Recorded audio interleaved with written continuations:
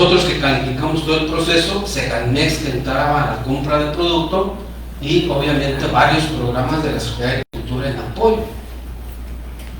Para frijol, igual, teníamos la participación de diferentes actores, pero que teníamos un reducido número de empresas. Aquí es donde va a actuar la Prosebién, la productora de semillas del bienestar que estamos creando en este momento. ¿Cómo andamos? ¿Y por qué? Ven ustedes números. Tenemos los diferentes cultivos donde se produce semilla calificada por el SNEX. Si vemos maíz, tenemos una cobertura de la superficie, sobre todo de riego no temporal, estimada de 81%. De trigo, 83%. Y así nos podemos ir con cada uno de los cultivos. Pero vean ustedes frijol, 4.7%. Arroz, donde está arroz debe andar por el 15%. Ahí está. 14%. Por eso se justifica la reapertura o apertura de esta nueva productora. Nada más para estos cultivos básicos. Si sumamos otros, que también, vean ustedes, tenemos muy poco, pues entonces sí necesitamos, o sea, el cierre, la apertura a la parte privada, en algunos casos, digamos que ha funcionado, pero para otros no. Entonces tenemos que ver cómo el gobierno entra a cubrir esas necesidades. ¿Cómo sumamos toda esta parte de semillas para coadyuvar a esta soberanía alimentaria? ¿En qué programas, en qué proyectos? Pues de entrada, uno de ellos es este. ¿Cómo aumentamos la producción de maíz? Y en el norte ya no va a haber, pues Chiapas ahora va a sumar. Yo creo que Tabasco, con toda esta agua que tenemos aquí, que aquí el problema va a ser tener una variedad que tolere las inundaciones como el arroz. La parte de sostenibilidad hídrica, tener variedades más resistentes a la sequía, más tolerantes a la sequía. Cosechando soberanía, que es donde también podemos incidir, sobre todo con las variedades nativas. Muchas de los municipios que van a entrar a este programa no usan semillas mejoradas. Entonces tenemos que ver con sus semillas, con lo que ellos tienen, cómo ayudarles. Autosuficiencia de frijol, pues está ya la productora, estamos ya en el proceso de multiplicación, está la creación, que va a venir a apoyar la parte de semilla. Plan Campeche Arroz, pues también aquí lo tenemos vecino de ustedes, que ya hemos iniciado también trabajo. Entonces son los 5 programas, proyectos, donde identificamos que vamos a sumar en la parte de semillas para coadyuvar a la autosuficiencia alimentaria. Esta es la productora de semillas del bienestar, que se va a ubicar en Calera, Zacatecas, rescatar lo que fue las instalaciones de la PRONACE, que se donaron al Estado y que ahora el Estado las va a poner en comodato a la Secretaría de Agricultura. Esta es una foto aérea y este es el plan que tenemos ahorita 2025, lo que se está produciendo en OI, en otoño-invierno, y que va a sumar con algunas empresas privadas más de 10,000 toneladas. Para el 26, es decir, lo que se va a producir ya ahorita en PB de este año, con la propia productora, más de 14,000. Para el 27, 16, casi 17, 28, más de 19, para llegar al 2030 a tener este volumen. Con este volumen se cubre como el 70% de la superficie que se siembra de frijol con este tipo de semillas, que va a ser las que están ahorita, pero va a entrar el proceso de evaluación de nuevas variedades y el proceso de generación de nuevas variedades en conjunto con las instituciones de enseñanza e investigación. Y ahora sí, a ver en su carrera, ¿dónde se ven reflejados en esto?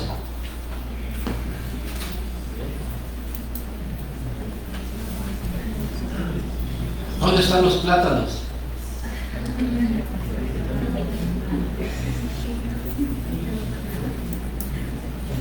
¿Cómo suman? Adelante.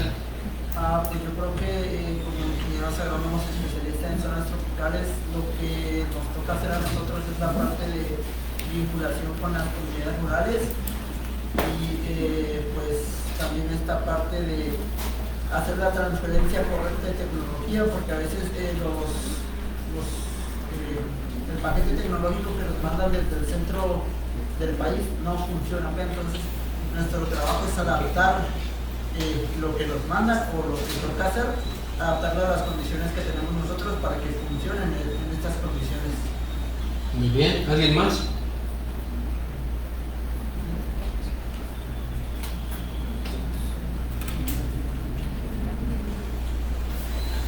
Hacer variedades. ¿Quién? Mejoramiento genético. ¿Quién trabaja en mejoramiento genético? Está la parte también animal, no lo toco yo pues, porque no es mi tema. Adelante, por favor. ¿Cuál es tu nombre, perdón? Biovigildo, por favor. Me da satisfacción que utilices el término soberanía alimentaria, porque en las mediciones de literatura prevalece seguridad alimentaria y la Agenda 2030 hace énfasis exclusivamente a seguridad alimentaria. Y no es casual ni fortuito que se generó en la ONU. Ahora, sin embargo, en este país, de repente yo veo una política agroalimentaria dispersa. Me estás planteando ahorita soberanía alimentaria, pero de repente hablar de seguridad alimentaria. Yo creo que este planteamiento que nos haces de esta instancia, de esta institución, es elemental para poder aspirar a la autosuficiencia alimentaria. Yo me doy cuenta que a veces hay un juego de conceptos que a veces tenemos una acepción equivocada. El sesión pasado, Víctor Carrera Juárez era el secretario de una instancia que se llama autosuficiencia alimentaria. Era una buena pretensión, ¿no? Pero se requiere obviamente de una política fuerte, fortalecida a lo que viene siendo particularmente la soberanía alimentaria. Un servidor hace 20 años fue apoderado en participar en esta institución y estábamos en pañales. Nosotros los sectores de semillas lo manejaba Fitotecnia, pero eso fue hace 20 años. La pregunta que yo haría es, si conoces Chapingo, ¿qué aspectos tiene que fortalecer la política de investigación y de desarrollo tecnológico para poder coadyuvar a esa soberanía alimentaria? Sí, eso es una. Por otro lado, yo le he dado seguimiento a qué pasa en Sudamérica, que hace mucho énfasis a somos un banco de semillas. ¿Qué tanto tiene de peso actualmente los bancos de semillas en México? Y sobre todo que apuntan a la soberanía alimentaria. Esas son mis preocupaciones y que aprovecho el espacio y los cables que tienes en la materia. Sí, muchas gracias. Preguntas muy interesantes. Sí, la parte de conceptos, el tener soberanía alimentaria va más allá de tener solamente alimento disponible, como en otro término. Soberanía alimentaria quiere decir que también produzcamos lo que nos gusta, lo que tenemos. La otra, seguridad alimentaria, pues es que tengamos alimento, no importa de dónde venga. Es la gran diferencia. La otra parte, ¿cómo suman? Incluso, por ejemplo, no solamente Fitotecnia, todas las instituciones. Es justamente dónde nos ubicamos de estos proyectos, de estos programas y cómo podemos coadyuvar. Incluso el reto aquí es que estos proyectos, estos programas no tienen un monto de recurso específico, excepto bienestar. Por ejemplo, los llanos soberanía, pues no tienen un recurso adicional para ello. Y aquí lo que se ha pedido a las instituciones justamente es, ¿cómo sumas? Pero si yo le digo, oh, pues mira, yo puedo hacer esto, pero necesito 1,000 millones de pesos más. No hay. Hazlo con los recursos que pides. Entonces, ¿qué es lo que tenemos que hacer nosotros en las instituciones y ustedes como investigadores? Lo que estoy haciendo, ¿cómo lo dirijo a que coadyuve a eso? Ese es uno de los retos. Entonces, en la parte de semillas, ¿qué variedades tiene la universidad generadas? Nosotros tenemos un listado de registro en el SNIS. Si no me falla la memoria, para Chapingo debe ser como unas 160 variedades, entre ellas frijol y algunos otros cultivos. De esas variedades que tenemos, ¿dónde tienen potencial? Por ejemplo, cosechando soberanía. Si uno de los cultivos fuera frijol, o de los que tienen ahí, ¿en qué municipios tiene potencial que se pueda adaptar a esa variedad, que pueda tener éxito? No tengo semilla, bueno, entonces entremos a multiplicar. Busquemos el esquema de multiplicarla y ponerla a disposición de los productores. Eso es una primera tarea. Y eso ya la empezamos a hacer. Nosotros preguntamos ya a todas las instituciones, incluso dime de estas semillas para dónde y cuánto volumen tienes, para poder hacer un programa de que esta tecnología llegue a esos lugares. La parte de formación que hace que las instituciones juegan un rol importante. ¿Cómo ajusto mi curso? Lo que doy, no digo que cambie el curso.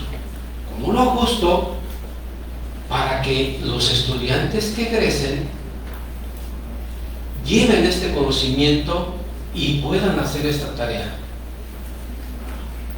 ¿Cómo educamos a los estudiantes para que practiquen con los productores?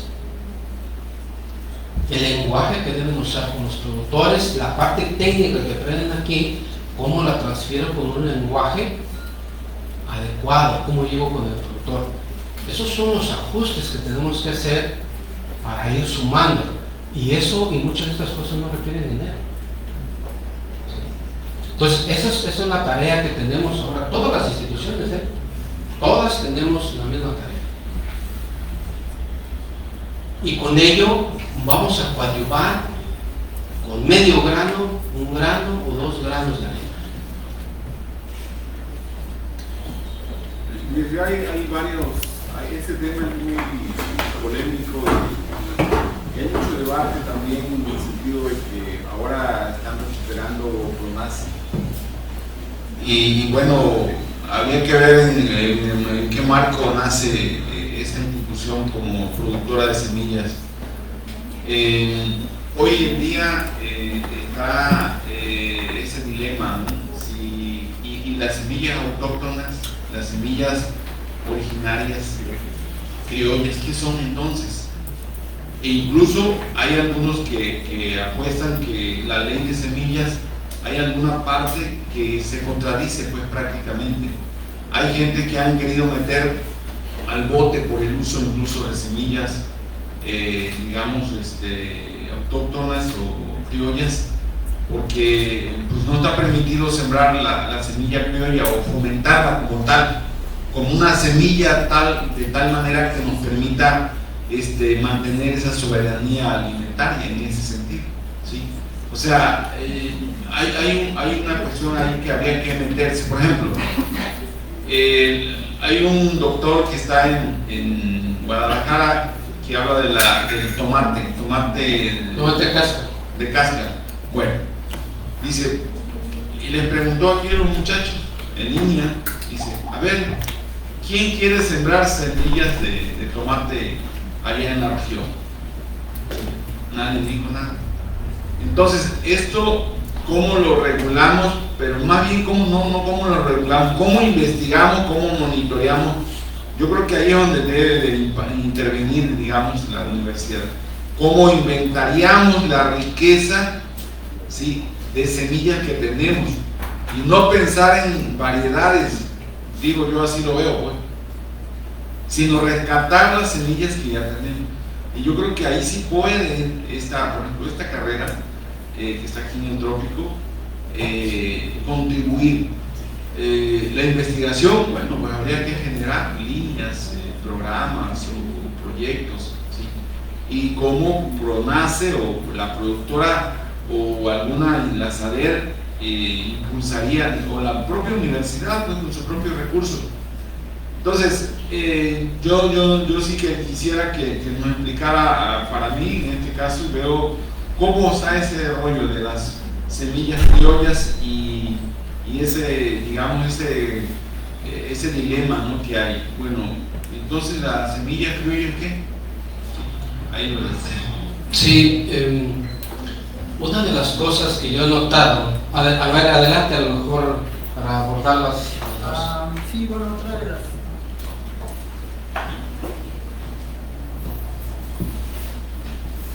sí, también a mí me surgió una duda con respecto a lo que acaba de mencionar sobre llevar semillas que estén adaptadas a algún lugar. ¿Cuáles son los riesgos que se corren para las semillas o los cultivos nativos? ¿Qué tan flexibles son en lugar de introducir semillas mejoradas o variedades mejoradas, trabajar con las semillas locales para adaptarlas o para mejorarlas a lo que nos interese, como fitosanidad, mayor volumen de producción, tiempos de cosecha? O sea, ¿qué tan flexible es las nuevas, como los lineamientos, las leyes que se tienen con respecto a eso? Muy buenas preguntas. Lo primero es que sí tenemos los dos ejes. Donde se utilice semilla nativa, pues ahí podemos usar y mejorar las semillas nativas. Para eso es el primer eje del Programa Nacional de Semillas. Donde podamos usar semillas mejoradas, pueden usar. Muchas especies no hay cruzamiento.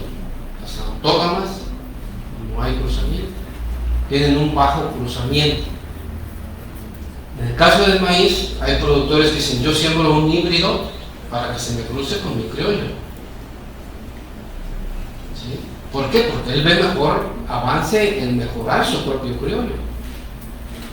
No hay ninguna ley que lo impida, a menos que sea genéticamente modificado, que eso, como ustedes han visto, queda fuera. Entonces todo lo demás se ayuda, pueden hacer, pero vamos con los dos ejes.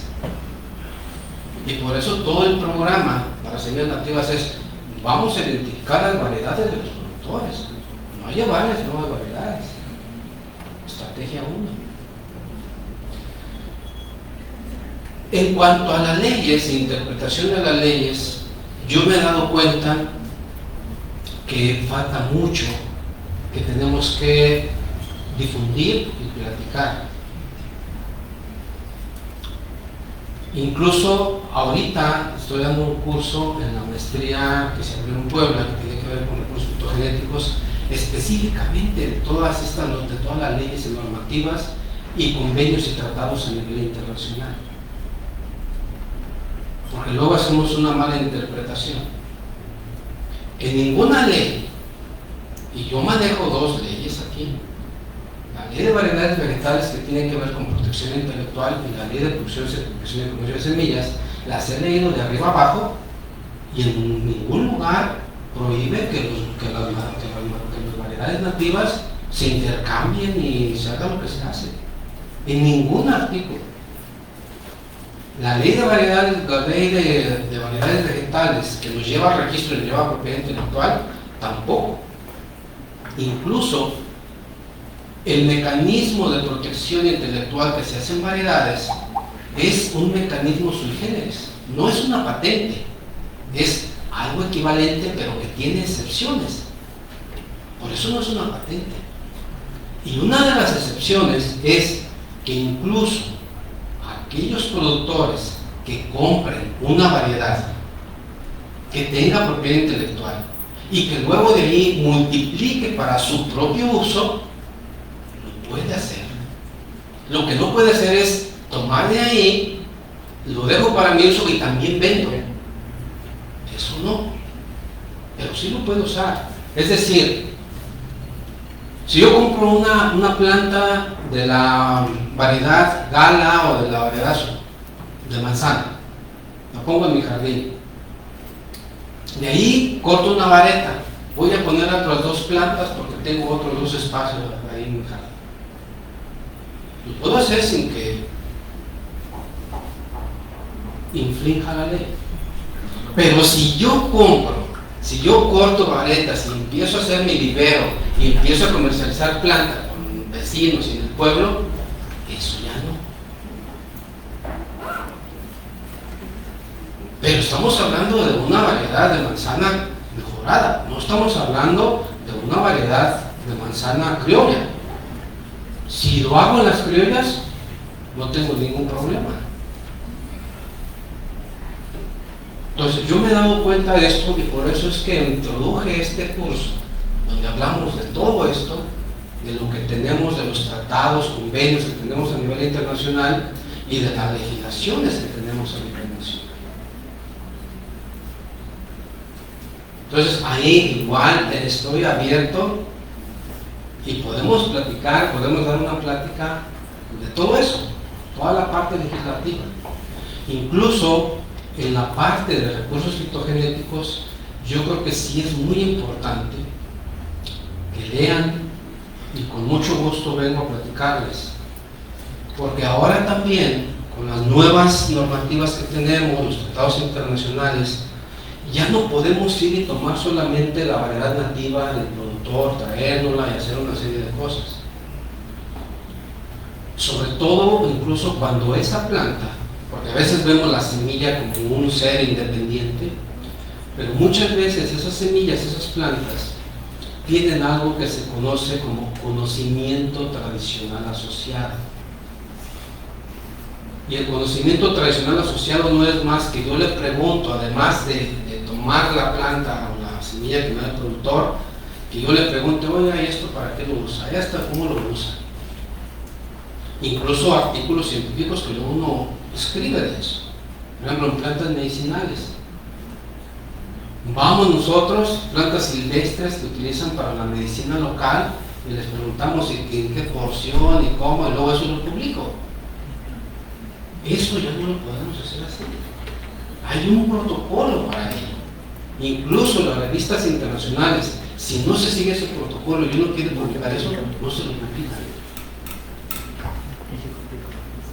Y por eso yo introduje ese curso y con mucho gusto vengo a platicar con ustedes de todo este tema, sobre todo porque llevan la parte de recursos fitogenéticos que ya me explicaron, y que todo eso tenemos que manejarlo de manera diferente, aun cuando nosotros lo hacemos aquí. ¿Alguien más? Adelante, profesor. Eso que está diciendo usted, ¿cómo funciona? Por ejemplo, con las especies ornamentales silvestres.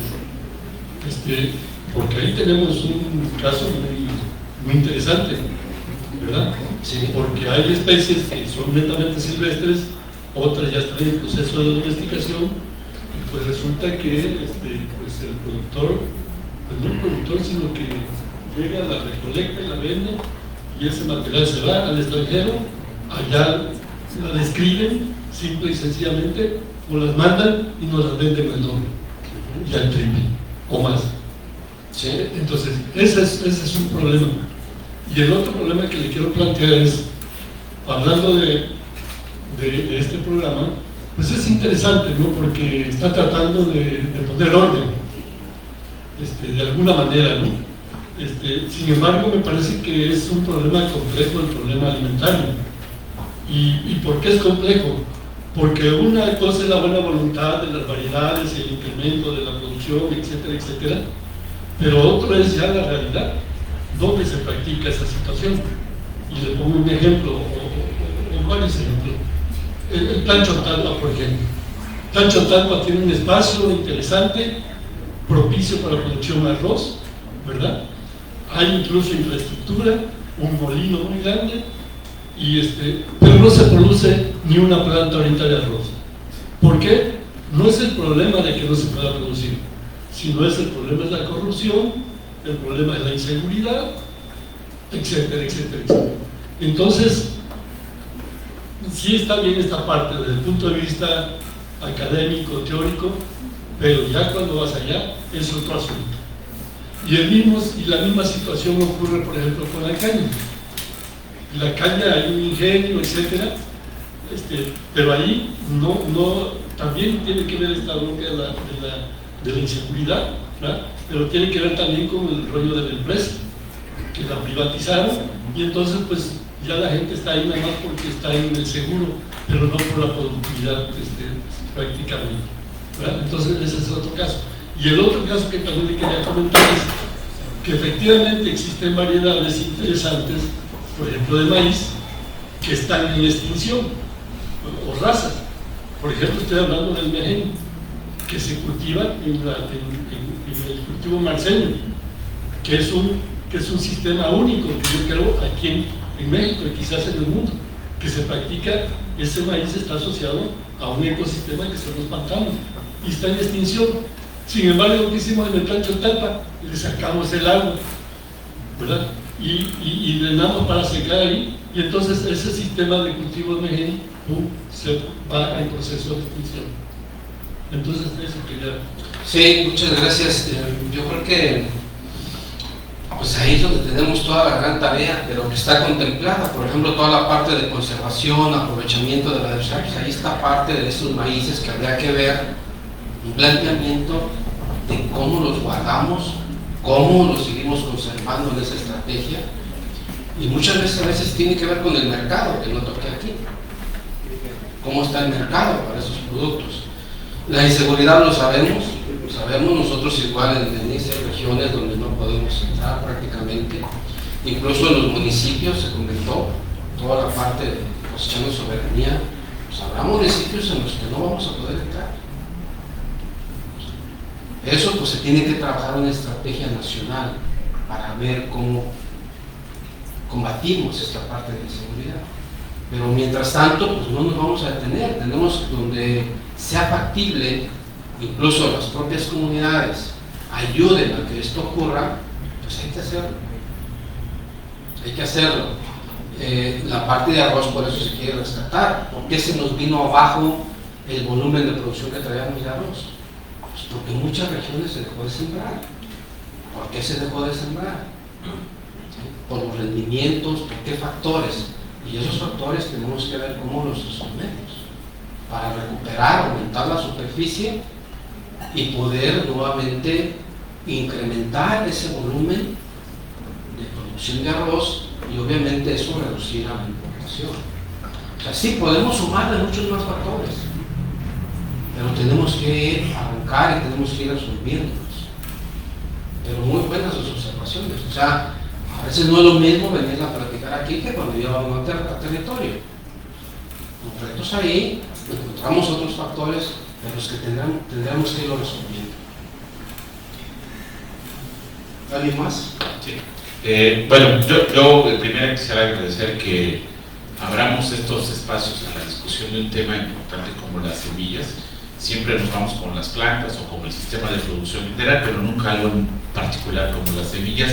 Y creo que estamos hablando de un tema complejo y que poco abordado. Entonces yo quería como abordar dos puntos en ese sentido, y algo que me causa ruido son las contradicciones de las políticas públicas o las políticas del gobierno, ¿no? Por un lado nos dicen que hay que rescatar semillas nativas o hacer agroecología, pero por el otro está aumentando el consumo o la distribución de fertilizantes.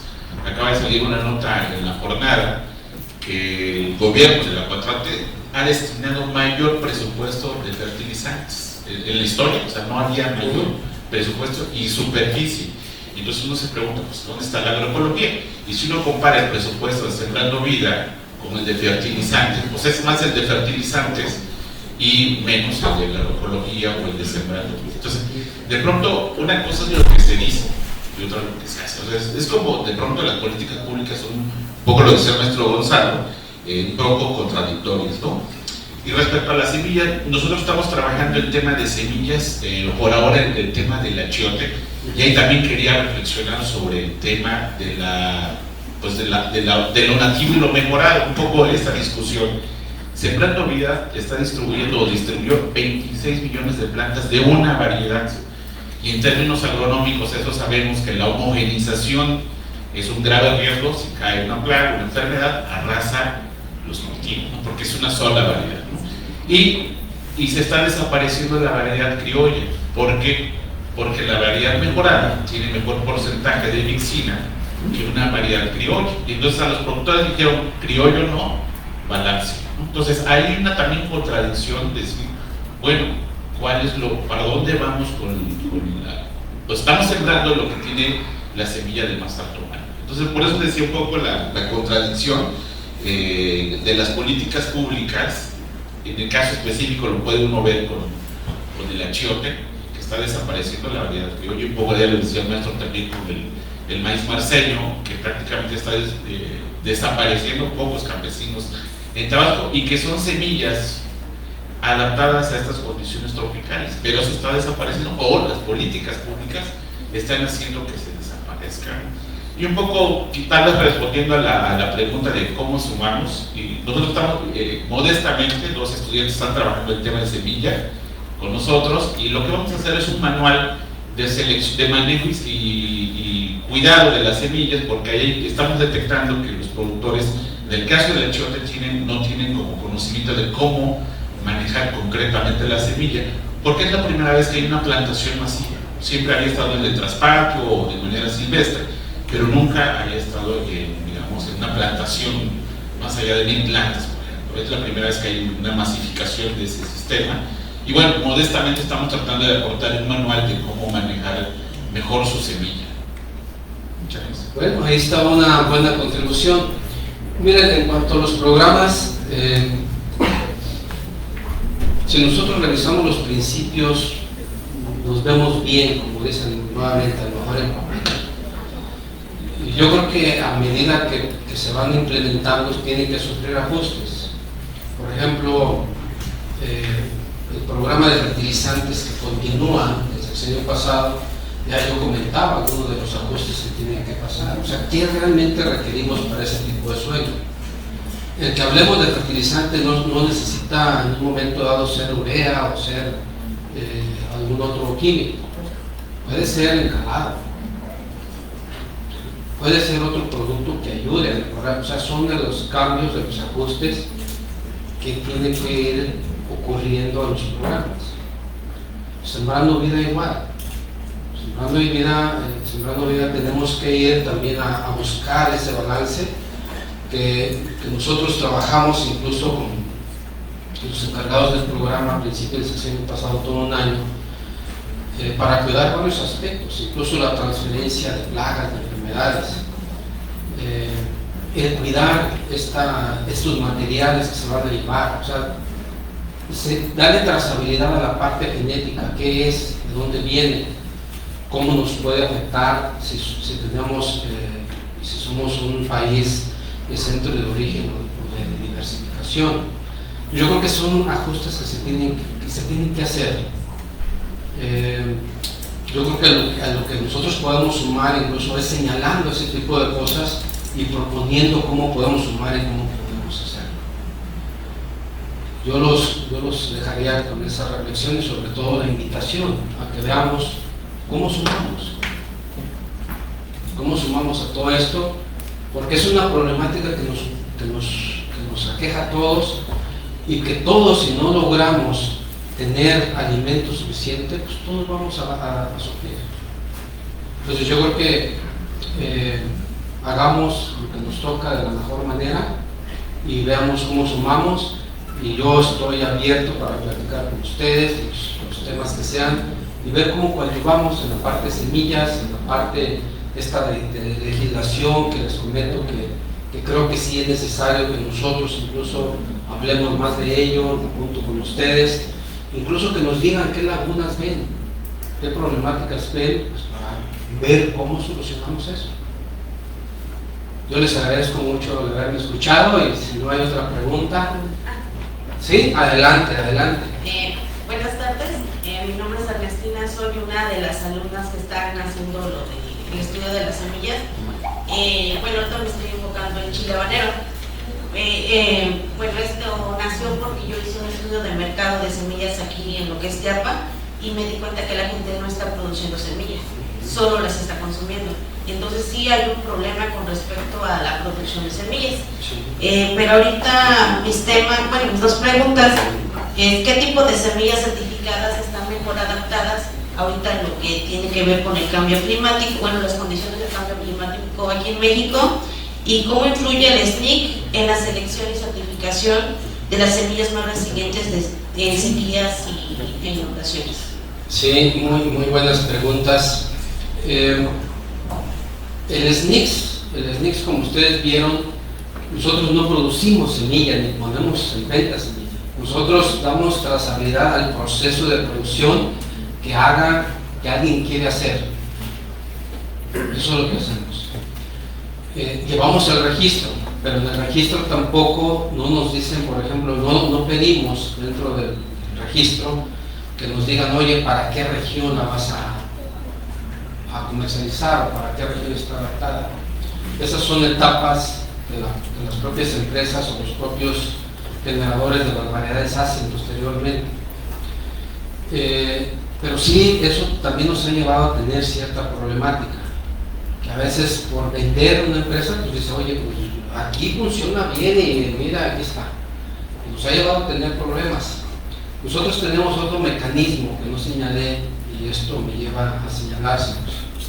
Tenemos comités consultivos estatales de semillas. Tenemos ahorita 26 comités en operación y 3 que ya nos pidieron que instaláramos en estados que no tenemos. Incluso en una región, en la región lagunera, que involucra ahí no solamente un estado, nos acaban de pedir que instalemos un comité. Y en esos comités algo que estamos promoviendo es la validación de los materiales y generar un catálogo de variedades validadas. De tal manera que si yo digo, la voy a vender aquí en esta región, es porque hay un sustento de validación de esa variedad. Si no, entonces corremos el riesgo de que no se adapte esa variedad a esa región. Entonces, sí hemos detectado eso y lo estamos atendiendo de esa manera. Nos hacen falta variedades para muchos lugares. Por eso la generación de variedades siempre es una estrategia fundamental. Para resolver la problemática ahorita de cambio climático, ven ustedes qué problemática tenemos ahí. Por ejemplo, frijol, o arroz, o maíz, en varias regiones, sobre todo en las regiones que dependemos del temporal, en periodo de lluvias, a lo mejor hasta el volumen es igual, el mismo volumen, pero ahora en menos meses. Entonces, ¿eso a qué nos lleva? A que tenemos que validar nuevamente variedades, a ver cuáles se ajustan ahora a ese ciclo que tenemos. Ese puede ser un caso. Otra puede ser que se acorte y que tengamos menos agua. Y eso nos lleva a validar nuevamente. Si ustedes ven, por ejemplo, ahorita la validación de estos paquetes tecnológicos que tenemos, pues fueron los que hizo el INEFAO a lo mejor en los 80s, a principios de los 90s.